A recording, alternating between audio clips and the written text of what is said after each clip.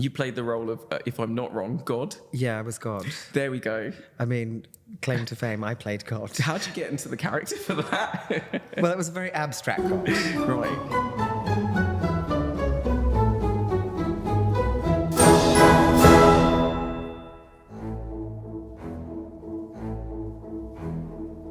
Welcome everybody to the third Ballet Nights podcast. Today's guest is an Olivier-nominated dance artist. They are a former soloist at Scottish Ballet. They've danced for K Ballet, Rambert Dance Company, Company Wayne MacGregor, Paris Opera Ballet. They're an international guest rehearsal director with Zurich Ballet, the Royal Ballet, and they're also a teacher and coach. Welcome to the show, Luke Ahmet. Thanks for having me. Anytime. So, Luke, you've been a long-term collaborator and family member in a way at Ballet Nights from its birth. Mm-hmm. Without you, we definitely wouldn't be where we are now. You were one of the second acts that we managed to secure. And it really says a lot about you that it wasn't you putting yourself forwards, but it was your network.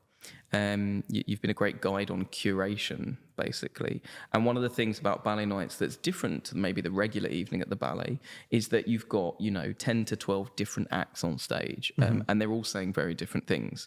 Now, we've got our modern masterpieces, we've got our emerging choreographers, but we also have our legacy works. And your knowledge in that area of legacy work is, something, it's a real gold mine to be tapped. And your suggestions have time and time again brought us fantastic acts, not just with Ballet Nights, but other projects me and you have done together. Talk to me a bit about how you kind of acquired this knowledge and experience, not just of dancing these different roles, but where they might fit. Well, I think the knowledge and the experiences come from and has been passed down through the people that I've actually worked with.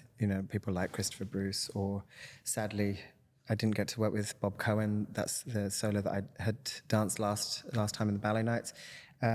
But Yolanda had worked with him for years. They'd collaborated together. So I really got his knowledge from her. So I think it is that kind of, that time and time old thing of like storytelling.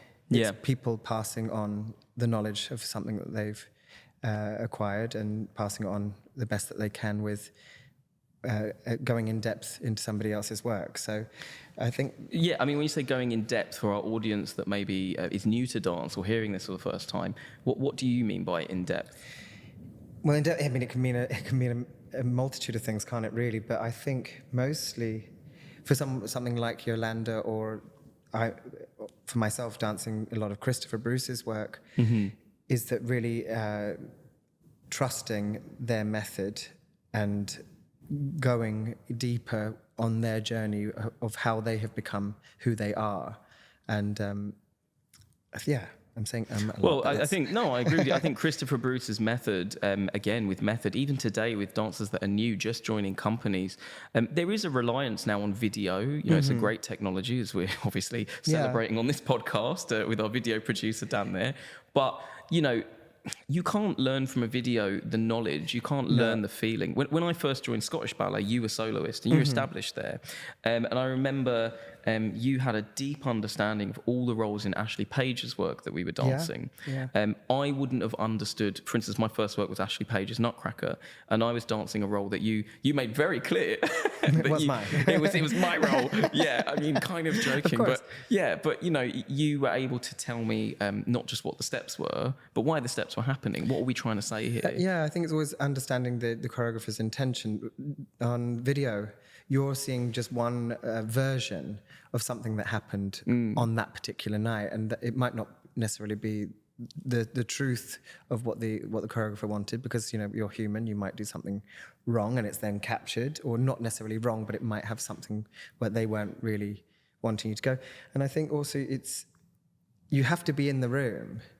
You have to be in the room, or like watching live performance, you don't get the same thing watching something on a screen. Yeah, you need that human connection. You need to, I'm working with people. You ask them, why am I moving this way? What about if I did this? So it becomes collaborative as well. So you do find yourself putting yourself into into their work as well. I mean, I was always, you know, everyone's different and responds differently, but I was always very uncomfortable, both when I was a dancer and even when I'm choreographing and directing. If I have to put dancers in front of a screen to say, let's check this, I get very uncomfortable. I'm one of those people that can't tell my left from right when I look at a screen as well. I think I've had to, like, obviously now nail it in as a skill I need to learn or have learned. But yeah, when you get those people, I remember with Elite Syncopations, Julie Lincoln can immediately tell you. I mean, first of all, she's calling you by the name of the original cast. Your name doesn't matter. You're like, for me, you were asleep because I was the small. But at the same time, the short. Sorry, not the small. The small. The small. Yeah, and it's still the small, really. But yeah, I remember she didn't need a video. She didn't even need the original. You know, the score. What is it they work with? Benish notation. Benish notation. Yeah. Yeah. No, she point for point, it was like she was still on stage in that first performance.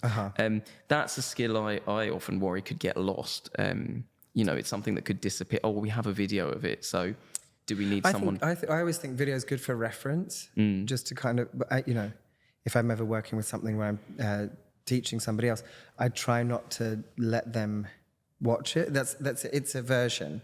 Yeah. And then you also have to let the dancers find.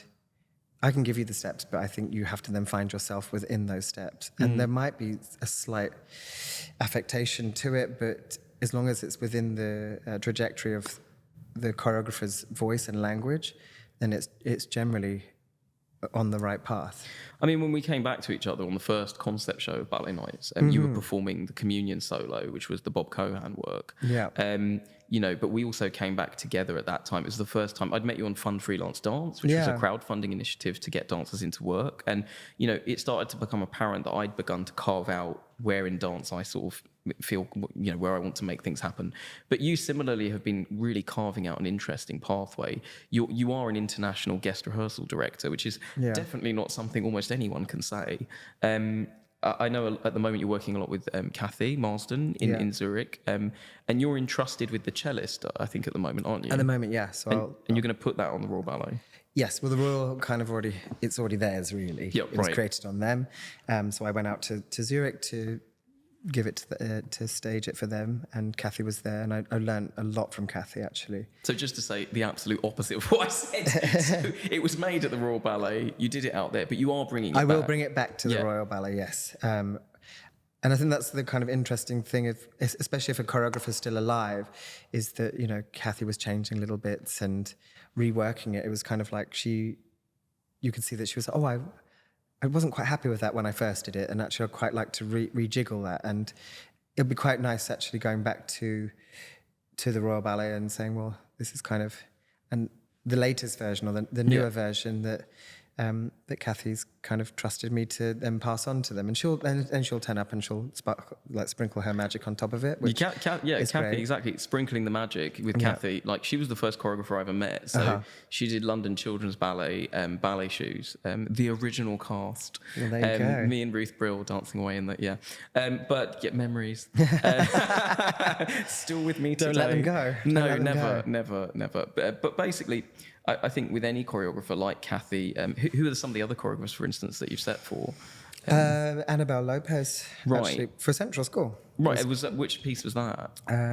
Requiem for a Rose. Mm-hmm. And sadly, the dancers never got to perform it because we went into lockdown. Right, okay. But I'd worked solid with them for about 3 weeks, and they'd really, to not sound really too cheesy, even though it's Requiem for a Rose, they really did blossom in it, and you saw them grow in these kind of works. And I think that's partly because of what the work challenges them to do, but I think you have a responsibility at the front of the room to take care of them and inspire them and nurture and help them find their way into different works, and not be afraid to offer something up, to give dancers a voice in some ways. Yeah, there's the voice of the dancers, I guess, and there's the voice of the choreographers. And I think that, there's voices from the 70s, 80s, 90s, probably before that too, or even more recently, early 2000s.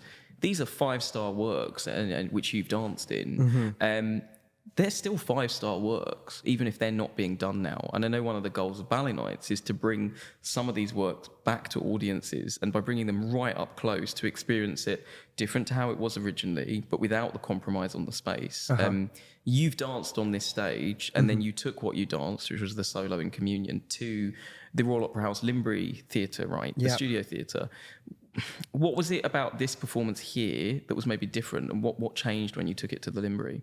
And did it help doing it here, or did it completely throw you off and you were like, wish I'd never done that? I don't know. Well, I think, going back, the solo that I danced for Communion, I hadn't done it in context yet.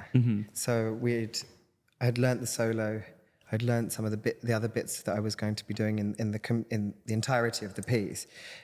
And dancing it here, it was a very different experience to the Limbury, because I had so many sections before, then the solo kind of is in the middle to end, and then you have sort of the kind of finale.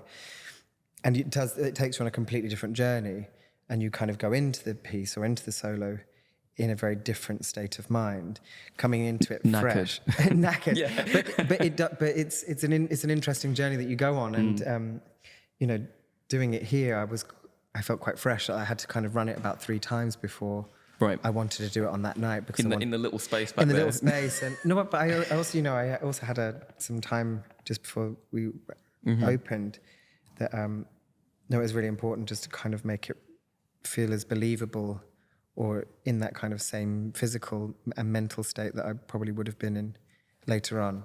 And what did doing it here at Lanterns first in sort of preview format, what did that then give you for the Limbury? It's hard to think back. I mean, it's 2 years ago. It's been quite a while. And you specifically with me have been on quite a journey, because again, you're a super close collaborator on everything.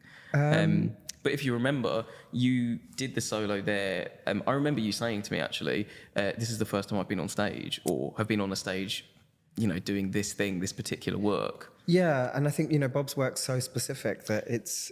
and also there was such a responsibility that he'd just passed away as well. So I think there was that kind of pressure, and as dancers and artists, you put a lot of pressure on different things, and then actually suddenly when you get out there, you do it, and you're kind of in this. I've always said this, actually, even as a young dancer, that people go, oh, you come on stage, and people go, oh, how was that? And I'm like, well, I don't know. It wasn't me. It doesn't feel like me in that moment. I'm completely lost in it, and then I step off stage and I just go back to being my regular self, which is quite strange. But when you're lost as well, and you're in that place, what does that, again with Lanterns, having the audience right there. I mean, you can see their face. You can see not just their face. You can basically see their makeup, face, what they're wearing. They're right with you, aren't they? What does that do in that place? Because it's kind of like a void, I guess, because it's quite black and dark. It's dark, but and I think that was such a special night, because, everyone was coming out of this lockdown in this dark place, and I think there was a vulnerability to feel exposed on a stage that that you do, but in bigger theatres you have that distance that you can kind of shut them away, but actually here you don't have that. Yeah, which is great. Which I think is also great, because it also makes you really go there. You have to really go there, and then you take them on that journey with you, and then in return you feel that they are really there with you. You capture or create this world that you're in. I mean, Yolanda, you've mentioned Yolanda a couple of times. So Yolanda York Dance Project, Ballet Nights is actually forming quite a strong partnership with them, because Yolanda understands what I call them legacy works or great works of our time. She really understands the place for those, and we're absolutely thrilled that you'll be dancing in one or maybe 2 of those. So in the first Ballet Nights, you'll be dancing Isadora. Well, you won't be Isadora, but you'll be Isadora, but not this time. But when Darcy meets Isadora, but you'll be dancing this work, which I know you haven't started yet. Haven't seen it. Yeah. Actually. Is there anything about a Macmillan, because you'll be dancing with Amy Thake, I guess. Who I know really well, who we were at school together. So yeah. Oh right, at the Royal Ballet School, I'm guessing. Royal Ballet School, yeah. Right, wonderful. So you've got memories and you've got memories. We just got memories. Yeah. Actually, we both auditioned for Scottish Ballet at the same time. Oh really? Okay. We both went up on that train together. And stayed friends afterwards. Yeah. Yeah. Amy, yeah, I love Amy. No, we are That's friends. definitely a dancer joke. But you know, when you approach a Macmillan versus Cohan, what is it about that work going in that you know you're going to need to bring to that studio for Yolanda and the person setting it? Well, interesting. I mean, I haven't seen Isadora. I haven't even seen it. I don't want to see it until we're in the room with the stager. So no video, like we were talking about earlier. No video. I think this is one of his older works. I don't think has actually really been seen that much. Right. So I think it is really important to bring. Sorry, I'm going to just digress a little bit. I think it is really important. It's your podcast. Go for it.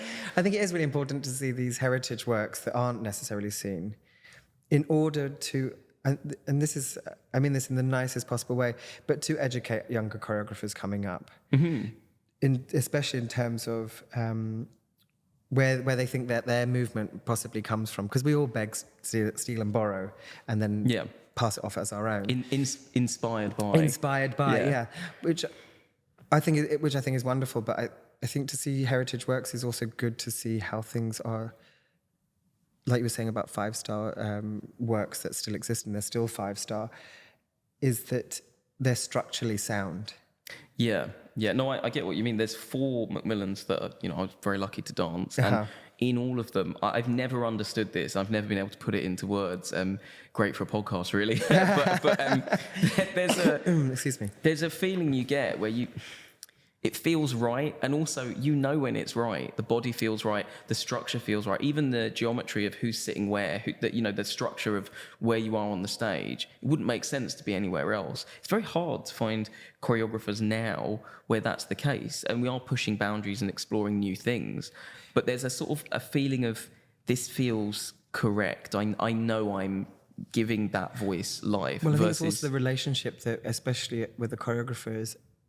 A lot of choreographers now are just going into a company, they work with them, then they leave. Right. Whereas someone like Macmillan and these ballets were generally worked on or created with dancers that really trusted him and he trusted them. Yeah. So they were probably also offering, again, this word offering, things up to him and inspiring him and collaborating. Collaboration is another word that I'm sure. I mean, I don't know if you remember, but the electricity of Ashley walking in the room, Ashley Page, and he was making this work. Again, another one that worked with Kenneth Macmillan a lot. And you could see some similarities in terms of how he would structure or sequence steps and how they would go. And if you'd fall out of something, Ashley would get really excited and go, "Oh, could you do that again?" Yeah. And I'm sure that kind of conversation must have happened quite a lot. But then still make it fit structurally. Yeah. Do you know what I mean? Yeah. I think it's just honing your craft. And I think this is where Ballet Nights is great for emerging choreographers who are kind of, say, maybe sort of mid-scale choreographer in order to go up and hopefully work with these big companies and have their work seen by everyone, but you really choreographers need time, and it takes years. It's not like, I've made a piece and now I'm a choreographer and I want to do this. And I agree with you. I think that also there's this kind of new awards sequence that's happening. There's this new did you reach this at this age? Did you reach that at that age? If you talk about paintings and painters, there's many painters who weren't celebrated until after they were gone. Same with musicians.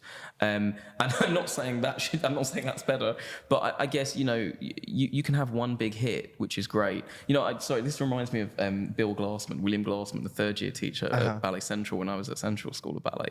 And he was like, Jamiel, he said to me, there's getting the job and there's keeping the job. And I remember thinking, especially because in that young age I was quite competitive, I was like, the goalpost suddenly shifted, and I think I'd love to do that for more people. It's not the fact you got the job at the National Ballet Company, whichever one it is. It's are you going to stay there? Have you got staying power? What can you offer?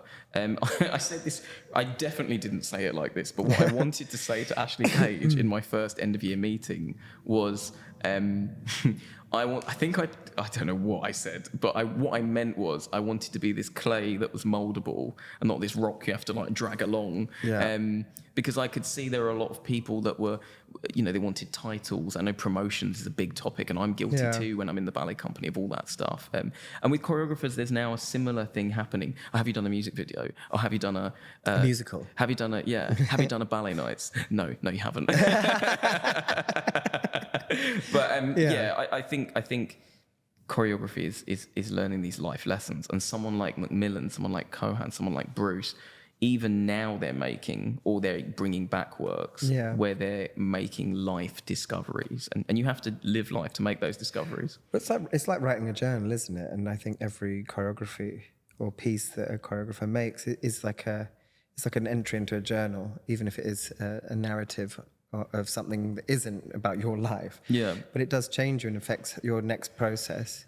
But I think it's the same for dancers. You need the space and time to develop, and also, I was quite lucky at Scottish Ballet that Ashley really believed in us and pushed us, but also we had a chance to experiment on stage.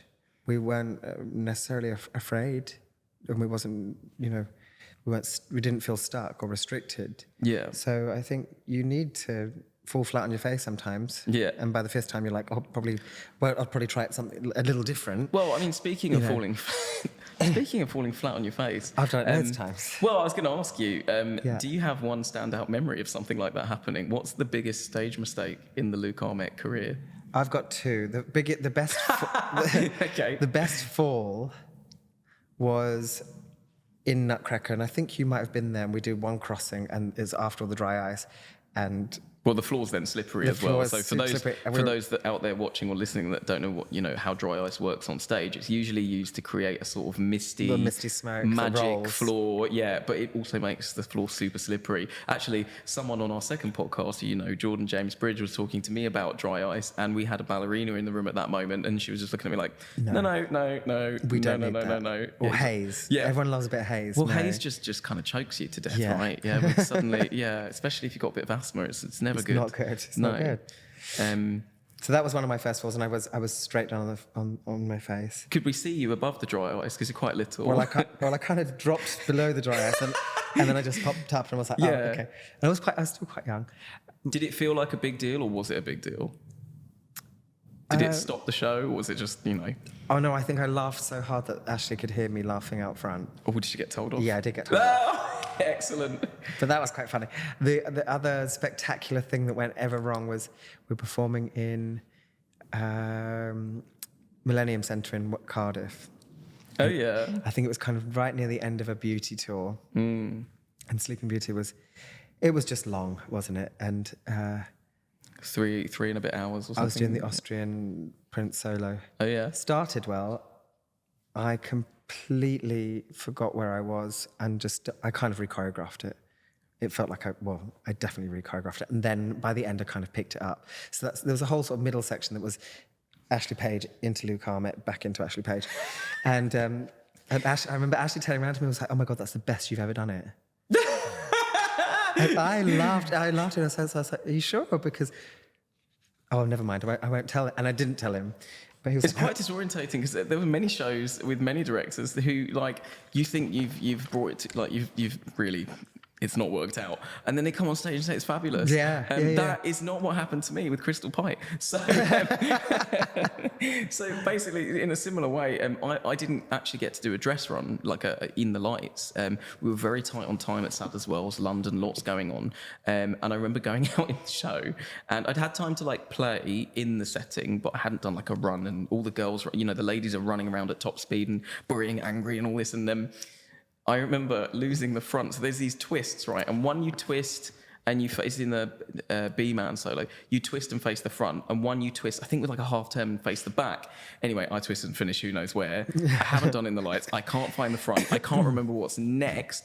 I proceeded to... a mutual friend of ours, Nicholas Shoesmith, choreographer, still does this, which is apparently some of what I did. I also sort of backspinned and did a bit of breakdancing. I jumped up and did some swipes, which I remembered were somewhere in there. And then I didn't pick it up until about 30 seconds till the end of the solo. So there was about that, a good 30 seconds of, essentially improvising the biggest, most important choreographer in the world right now, one of them. And then 30 seconds of me inside thinking, how am I going to explain this? And I ran into the tunnel at the end. I don't think I cried, but a really good friend of mine, he said to me at the time, I knew when you went out, you were going to do something. It felt great. And it just fell off a cliff. And I was like, oh no. But actually then another dancer from English National Ballet after the show said to me, great solo, man. And I was thinking, okay. But yeah, when I saw Crystal, I just like dropped to my knees and so I'm so sorry. That never she's happened so before. lovely. I bet she was probably like. Well, I never got to find out because she had to go off to the next thing. But interestingly, the night before, she kind of said to each B man, there's a few B men, like a singing group. Basically, the one she said to me was, I've never seen anyone with so much energy like jump up at the end like Duracell battery. And I was really pleased with that because that was my thing. I always had quite a lot of, I'd moan a lot, I feel, but I would jump back up at the end. But yeah, totally made up Crystal Pite's solo. So for any young professionals out there and they sort of accidentally did a step wrong, just try improvising. Make sure you get the end right. Get the end right and they won't notice. Yeah, just stick it, the landing. Yeah. My name is Stephen McRae. I'm a principal dancer with the Royal Ballet in London. The audience for Ballet Nights, I just hope that they take whatever it is that they want to take from my performance of Shardash. I never want to dictate to the audience what it is that they'll go away feeling or take away from my performances. When you're in a more intimate setting, you really do become one. You are right there, face to face with the audience. You can get your tickets for Ballet Nights Autumn Season at balletnights.com. Look, there's so much with you and me when it comes to, building mentorship programs, coaching classes. We're even throwing out ideas as we speak. We've got, an idea for a new lottery style class, but we'll talk about that. We'll talk about that another time. That's another podcast already. But, going forwards with Ballet Nights, obviously you're going to perform again this time. Isadora we've talked about. You're also going to be in a Bela Lewitsky piece, if I'm not wrong, a quartet. Yes. So that's quite exciting, Metaphor. The other meta in our programming, because we have Metamorphosis 1 by David Dawson and Metaphor. And Metaphor. There you go. There we go. Meta. Again, another piece you haven't approached yet. After that, going to our spring season and beyond, if you could choose what act you could do, if you could choose a choreographer, what choreographer would you choose and why would you want to bring that to the stage? Is it something that already exists? So that I don't... I mean, even that's quite exciting. But this time choose one, not two. It would be a dream, actually, I think, if Christopher Bruce would create something on me. That would be a dream scenario. Something new. Something new. Okay, which works have you danced so far? Ghost Dances, Rooster, and... Is this one? And Shift. Yeah. But he made for Central, I think, actually. Did you do 10 poems as well? I didn't do 10 poems, I just left. Right, but he did coach me in Pierre Lunaire. Oh, right. Oh, wow, okay. So that was kind of sort of his... big thing, yeah. A new Christopher Bruce commission at Ballet Nights. We'll see what that would be my absolute dream. I think it would be everyone's dream. And I think, audiences to see an existing Bruce would be one thing. To see a new one, I think that would just, Yeah, and I think it's such a different journey. If something exists, of course, it exists and, Christopher's always said, this is Rambert version now and would make changes on us. Yeah. But never really deviating from his original intention. But I think to work with someone on a natural creation is a very unique and special thing. So I think that would be my dream scenario. There you go. Just give you one. Okay, just one. I'll save the others for Ballet Nights 7, 8, 9, 10, 11, 12. Yeah. And into the triple digits, Ballet Nights 105.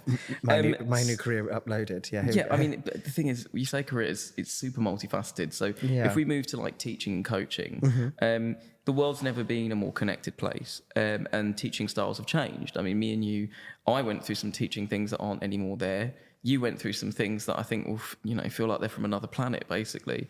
They do, but they inform you in how to do things differently or better. Bodies are changing as well, a lot more people. You're dancing for longer as well. Dancing for longer. There's a lot more around the whole sort of fitness and in the industry, with cross training and all these things that we didn't really necessarily have when I was starting out? Well, I think skipping back to you as a dancer, one of the things I remember is one day we used to save money on our touring allowance by getting a group ticket or whatever it was, our train ticket allowance. And we would get a four. It has to be a minimum of 3, right? Yeah. So me, you, and a friend of ours, Luciana, you came to me, the young company member, and said, "You're coming with me. We're doing a group ticket." And I was like, "Okay." So I was like, "So I meet at the station at 9:30." And you're like, "No, 10:30." And I was like, "But class is at 11:30." And you're like, "Yeah, we'll be fine." I remember sitting on the train. You can probably do a good impression, to be fair. Panicking. You know, I was the 1 hour warm up. I think I started warming up like on the train itself. And then I remember we got there and there was 5 minutes to get to class at Edinburgh Festival Theatre. Running up that hill. Yeah, and you went for a coffee. You're like, "So I'm just going to get a quick coffee." I remember like, I was almost going to cry at that point. I was like, "Oh no, I'm going to get fired." Little did I know what class kind of means to a company. But yeah, I mean, despite, you know, coming from a very different education, how we prepare our bodies, I mean, you've got serious longevity. You've danced for a very long time. I'm sure you'll dance a lot longer still. And in dance circles, you're known as someone whose technique keeps getting better. I don't know who started that rumor. I could give you a few. Mark Baldwin. Who else has been watching you dance? Constance, my wife, has obviously seen you kicking about and going, "Oh wow, he's got better at a lot of things there." And you are an Olivier nominated dancer. I mean, going on to that was for, what work was that for? For Mark Baldwin's creation. Yeah. There we go. Mark Baldwin OBE. Yeah, hi Mark. Hi Mark. If you're tuning in. No sponsors on this podcast, but Mark Baldwin. He's there with us in spirit. He's a legend, Mark. Yeah. So I mean, with Mark's work, it was I can't remember which work it was. Tell us about it. So it's Haydn's creation. Right. I don't think there had been any dance to it. Right. It's okay. mostly like it's in oratorio. Mm-hmm. If I said that correctly. Oratorio. Yeah. Yeah, you got to say it right into the mic and in the poshest voice you can muster.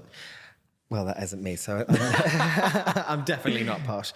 And it's mostly operatic. Mm-hmm. You played the role of, if I'm not wrong, God. Yeah, I was God. There we go. I mean, claim to fame, I played God. How'd you get into the character for that? Well, it was a very abstract God. Right, okay. What is Luke as a god? Pixie. Well, who is anyone as a god? There we go. I mean, this is a different podcast really we're heading into now. So you're being God and are you on a stage? Or I think it was where was it? It was performed at Garsington Opera. Wow, okay. You know, it's a bit like Glyndebourne, one of those big fancy schmancy places, which was beautiful. The gardens were great, and the best thing about it was they had all this really beautiful, expensive art all around the grounds.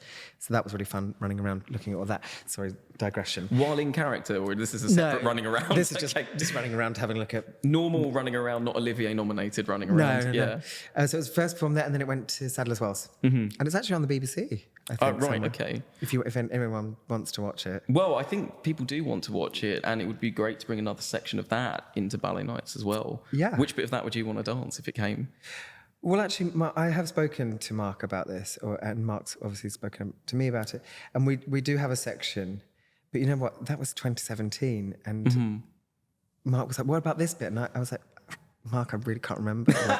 I'm going to have to watch the video because I have no clue." It's weird, isn't it? It's, you know, when you think about musicians or maybe actors, they remember things about their act, you know, or they remember something. But with dance, you know, you remember 45 minutes to an hour and a half of material, and in some 20-minute pieces, you go on and you never stop dancing. Yeah. But you know, you move on to the next thing. Where does it go? I don't know. I remember a few steps here and there. I mean, if you know, it's always that way that before you step into the studio and you're revisiting something, I always find I have this kind of like little apprehension of going, "Oh, do I remember it? Or am I just like..." I have imposter syndrome for sure. And then you actually start working on it and you're like, "Oh yeah, I remember it. And then it was this and it was that." And it kind of flows back through your body. Which I mean, Matthew Bourne's Highland Fling will never leave me. I mean, I could start doing because you do so many shows of it that it stays with you in a different way. And that was drilled. It was drilled. I mean, Etta Murphy came up, didn't she? And with Mika. Matthew and Mika. And that will never leave my body. And I think we did many tours of that after you left and many tours while you were still there. Yeah. You know, and then there's those one-offs like those triple bills. And you get that kind of... How do you remember some of those works that you maybe couldn't remember exact steps? I don't know. It's a... Happy memories, I'm sure. Of course, all happy. Everything's a happy memory. Yeah.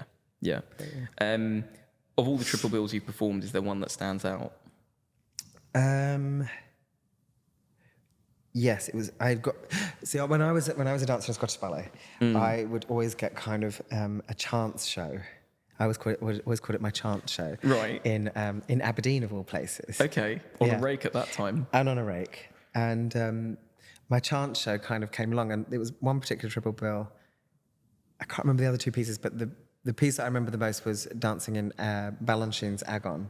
I was the first. Oh wow, okay. First pas de trois, which. I was told at school that I was never going to dance any of these kinds of works. I mean, I'm just going to jump in now that this seems to be a recurring theme. People told they're not going to be doing certain roles. Yeah. You will not be Odette, as one of our very first guests was saying. So you were told at what age you'll never be an Agon?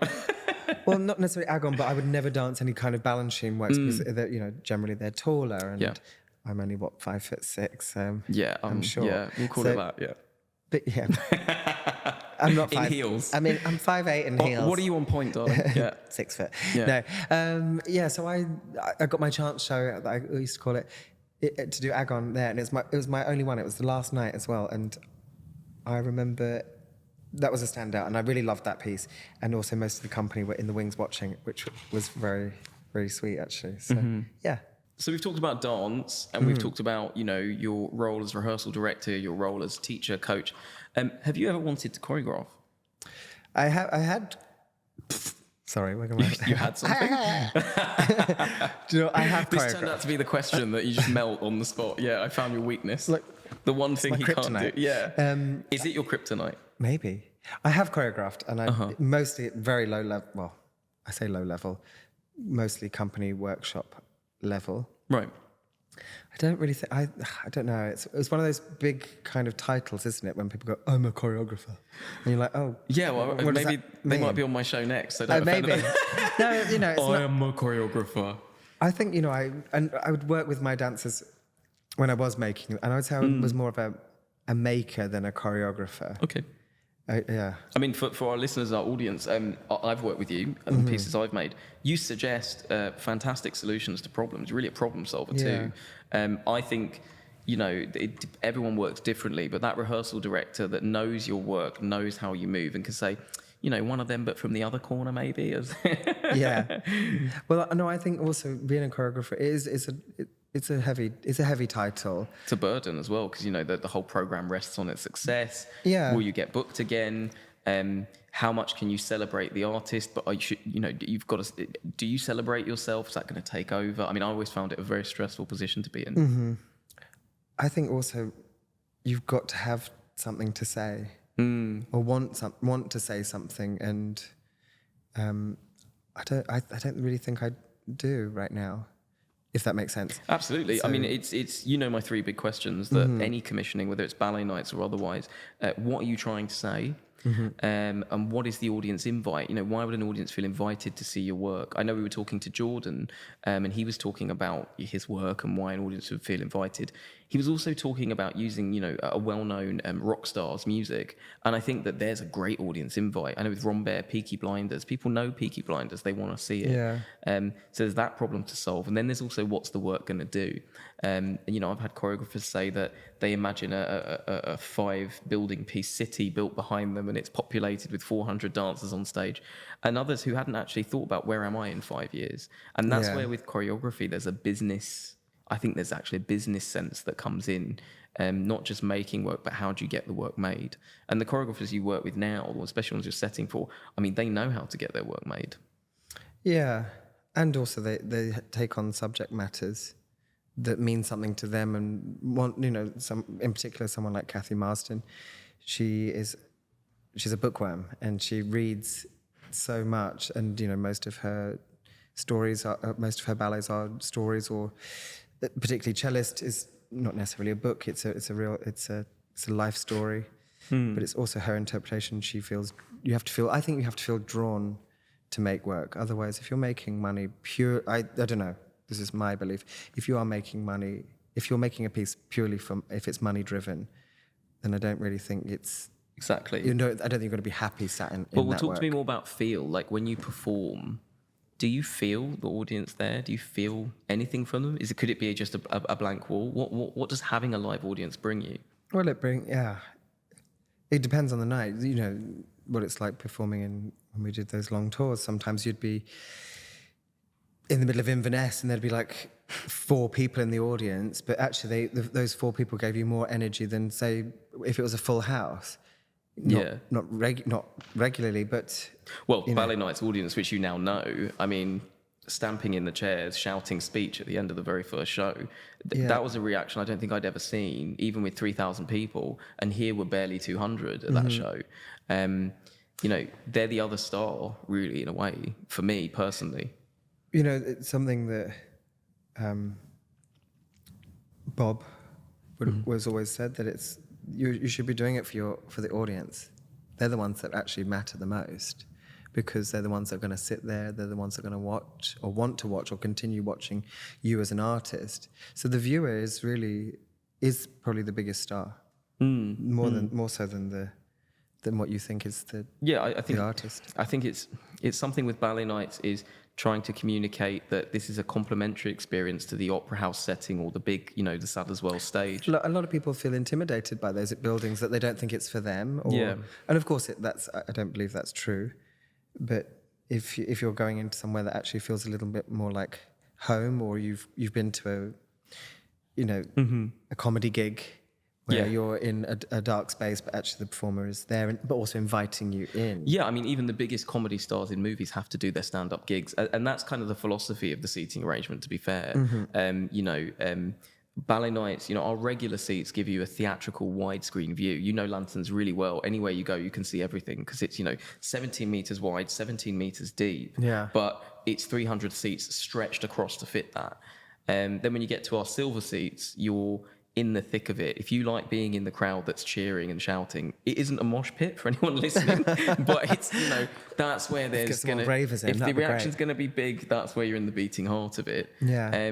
When you're in our gold seats, obviously you've got the perks of a drink on arrival and all that, but you're right at the front and you can see over the stage side seating. You kind of have that closer view. And then when you get stage side, if you're brave, your feet are basically on stage. You won't get closer to some of the world's biggest stars and these emerging stars and these new discoveries than sitting in the stage side seats. And then with the backstage pass offer, you meet them after the show as well. So what I'm trying to do, what the whole team is trying to do, is complement what you said could be quite an intimidating experience with the Royal Opera House at first, or Sadler's Wells, and say, well, here's a taste, and then send them there, because this is something that Ballet Nights is designed to enhance those experiences. We want to be sending people to we sent people to go to that Limbury performance. We said, this is where you can see it next, who you're seeing, what you're seeing, but where you can see it next. Which I think is, lots of people don't want to sit and read through program notes and things like that, which I think it's also a waste of paper. Well, it's not a waste of paper. That's very climate change of you. Well, it is. For those that don't know, Luke lives on a barge. But don't tell them where it is. No, I'm not going to. Please don't. No, but you are very climate conscious. Yeah. With your dog Luna. You have to be. Yeah, and I think that I think let's not get off topic for a second. What is the topic? The topic is that what Ballet Nights is offering, and I think having a compere also makes people feel relaxed, comfortable. So when you're comparing between things, telling them about the piece, telling them about the artist, it is an experience where you feel that you're included, rather than I've got to read this for myself. Actually, it becomes kind of like a conversation with the audience. If you over-explain, you kind of alienate the fans that know all this stuff already. But then if you under-explain, how are you supposed to bring new people in? So I would personally when I'm speaking about each act, and there's always a personal anecdote. I mean, in the first show, I talked about how you were a big inspiration, being the example of where I wanted to go, and then did, and now where you've gone now, where I'd also like to explore one day. To get totes emotion about it. Oh, don't cry. Don't make me cry. Darcy's watching, but I think that there's a balance there where everybody does want to know more. They want to be part of the experience, and we can't wait to have you there performing again twice. Ballet Nights 1 and 2. 1 and 2, possibly 3. Possibly 3. Which one's that? Are you in 3 as well? We're going to find out. I think I might be in 3. It's really? Okay. I don't know. Or maybe I've just invited myself and I'm saying I'm doing 3. I mean, before we go on to one of my favourite parts of the show, the 6 random questions, just talk to us a little bit about working with Yolanda and York Dance Project. Where do I start? Gosh. Well, I started working with them in the December, sort of when lockdown kind of eased off and we could then kind of get back to work. And then we went back into another lockdown, which we were working together online, and I was in the middle of nowhere on my boat and trying to do stuff and holding the phone out the window to get signal for the laptop, it was just a funny experience. I kind of want a picture. I think I must have a picture. I must have a screen grab of like what I was like trying to roll around the floor on this boat. And you'd never owned a boat, but you suddenly owned a boat, you know. I just suddenly own one. You just had a barge, didn't you? Yeah. You just one day. But you just told everybody. Is that not allowed? Well, no, it's fine. No, but what I mean we're not going to cut it out. Well, you didn't have a boat before. You weren't like, I guess, were you from a nautical family? No. No, so one day I phone you up and I say, Luke, what are you up to? You're like, I'm just, what is it, tarring my boat? I was like, what's Blacking going on? the boat, yeah. It's off to be a sailor. On a barge, I don't know. You're a sailor on a barge?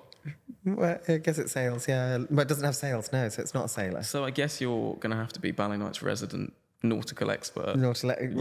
Yeah. Until someone comes on here and talks about sailing hardcore. And then that, like... but to bring us back, with Yolanda, will you be performing with Yolanda outside of Ballet Nights? What's the plan there? Yes, I will be. And Isadora and some other works. I think Yolanda's... Well, no, I shouldn't say that. That's top secret. Another Ballet Night It could be another exclusive.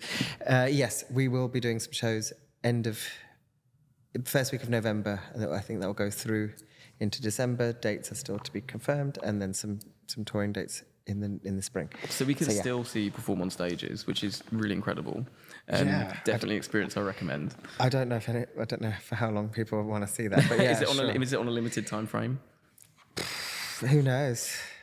Well, every time I've kind of gone, I'm not dancing again, something kind of pops up and I'm like, oh yeah, I'd like to do that. I may have heard that I'm not dancing again about 5 times. Just today. Today? Just today From me? Yeah, from you. I've heard this a few times. I mean, yeah, it's wonderful that we still have you there. But it's time for my favourite part of the show. Okay. You've been looking forward to the jar. Yeah, I really want to see what's in the jar. Well, 6 random questions to celebrate our 6 opening shows. Here we go. Today, this is brought to you by no one. This is our the question mark. Unsponsored jar.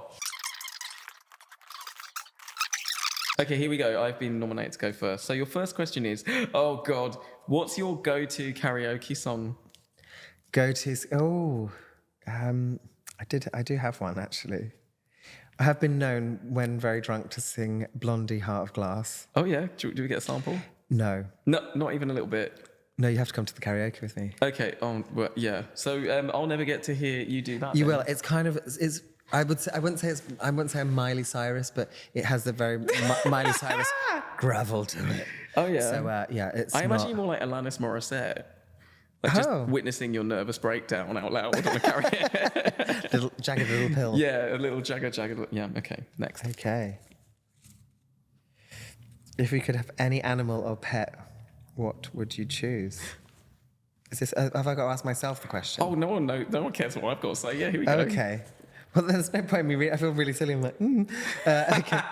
If I could, I've already got a dog. Yes, you have Luna, who I've already name dropped, who's the other star of Ballet Nights. She's the biggest star in our family. Well, she was running and doing a manege, if you remember. I think you should upload that. Do you think I should upload that video? Okay, coming to Ballet Nights soon. She's kind of blessing the space. Yeah. Hoping that I don't fall over. Well, she was running faster than she was travelling because she was sliding, right? So she her sort little of nails looked like couldn't quite get purchased on the floor. Yeah, that's hilarious. If I could have a pet, what would it be? Gosh, I don't know. I'd probably say, I've always wanted horses, so yeah, I'd probably have a horse. Yeah. Oh, really? I thought you were going to say penguin. I don't know why. Penguin would be cute. It would be good, wouldn't it? I mean, who said it has to be a tame, and what Jordan insisted in the last podcast, is it a tame pet? But yeah, how about penguin? Penguin would be cute, yeah. Swimming around, jumping and... Just like having a little slide. So did you ride a horse growing up? Or? I did ride horses growing up, yeah. Really? Okay. Excellent. Here we go, next one. Come on then. So what's the first thing you do when you wake up in the morning?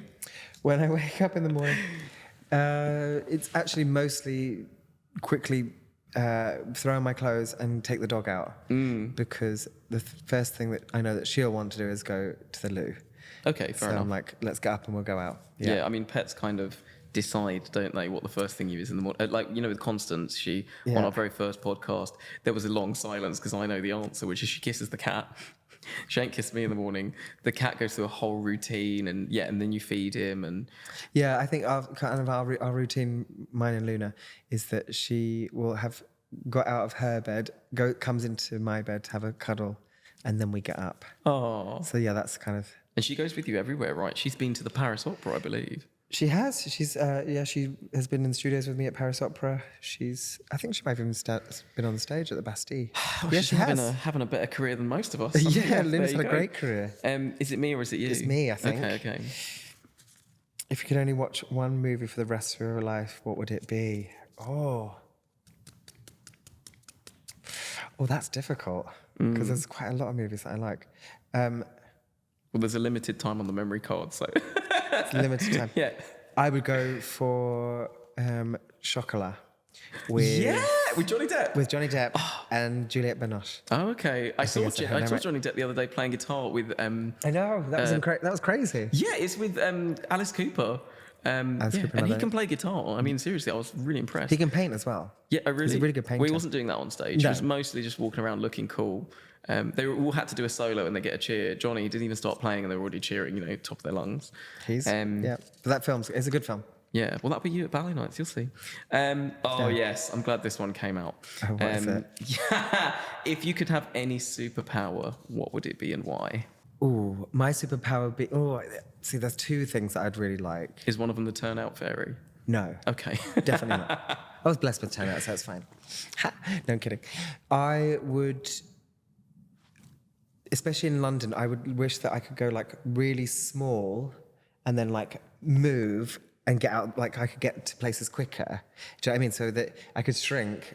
Oh, like Ant-Man. Yeah, is that Ant-Man? I don't know. You are quite small anyway. I mean, is that not the... They would like to go in small and then be like, and then Right. I could be like, That's definitely Ant-Man. Because But I hate also, crowds. he gets super strong when he's small as well. So would you be like punching people out the way, or would you be like dodging? And it's like the borrowers. Yeah, almost like a borrower. But You're a borrower. probably. And what? So you have to have two of everything. So what was your second choice? Second one was to be able to be invisible in times when so I could like sneak in and I could listen to things and be like, oh. I'd say it's more. So you want to be what eavesdropper man?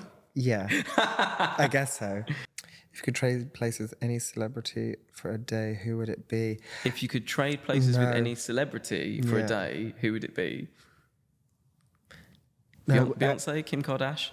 No, I hate all of those people. Oh, you hate them? Well, It's hate's a a- strong statement hate's for a a strong word. publicly broadcaster. Well, hate's a very strong word, but no, I don't want to be. I don't want to be a celebrity. No, I wouldn't trade anything. none No. at all. Barack Obama. No, No, I'm going to try and think of one. RuPaul. no, None at all. no. Okay. I'd like being myself. This question didn't go the way I thought it was going No, to go. you Should we do thought- one more? I like being myself, and I I thought you were going to be like, y'all say y'all on your lips like liquor. no. Okay, no. People screaming at you all day and being Well, I in don't your think face. I don't think Jay-Z's screaming at her all day. No, I but could be people wrong. like with their phones. Oh yeah, paparazzi. What, Lady Gaga? Oh, you had to think about it. I mean, if she was doing a show, Okay. I would be It's a Lady Gaga. time-specific switch. Okay. Yeah, but not like in everyday life. Well, to celebrate our third podcast, bonus question. Bonus question: what's the best piece of advice you've ever received? Ooh. Of course, we went super deep at the end. Tell us. Best piece of advice is, gosh, who gave me the best piece of advice? I don't think I could say it on the podcast. Oh, well, tell us something that someone like Chris Bruce or Hope Muir said to you. Well, it's one of those people that actually no. Oh, did I guess? Brilliant. I knew it'd be one of the wisest people we know. Yeah, no. So what advice would you give to other dancers listening? I think be true to yourself. Be true to yourself and who you are as an artist, but also be open to experience other people. You know, it's so easy to go, oh, just be yourself and only be that, and you're going to be this way. But I think also allow people to see the real you and work with that. Well, we'll be seeing the real you at Ballet Nights this autumn season sure will. 2023. Yeah. If people want to do class with you, which is something you do, and get to see you out and about, do you have a website? Do you have socials? Is there somewhere they can go? Best ones for social media is probably my Instagram. Okay. So I always post my classes on there, which are usually Tuesdays, Wednesdays, Fridays and Saturday mornings. And where are they? Dance Works Tuesday, Friday, Saturday, and English National Ballet. They're Oh, open really? classes Okay. in the evenings. No, that's wonderful. And then I guess for Dance Base has the website, Dance Base. Dance Works, yeah. Dance Works, sorry. Dance Base is Scotland. Dance Base is Scotland. We don't live there no more. It's a long podcast. I don't live there anymore. We don't live there anymore. I just want to take a moment to say a huge thank you to those of you that have stuck with us for episode 3. You can book your tickets at balletnights.com to join us and celebrate Luke and all our artists at Ballet Nights this autumn season.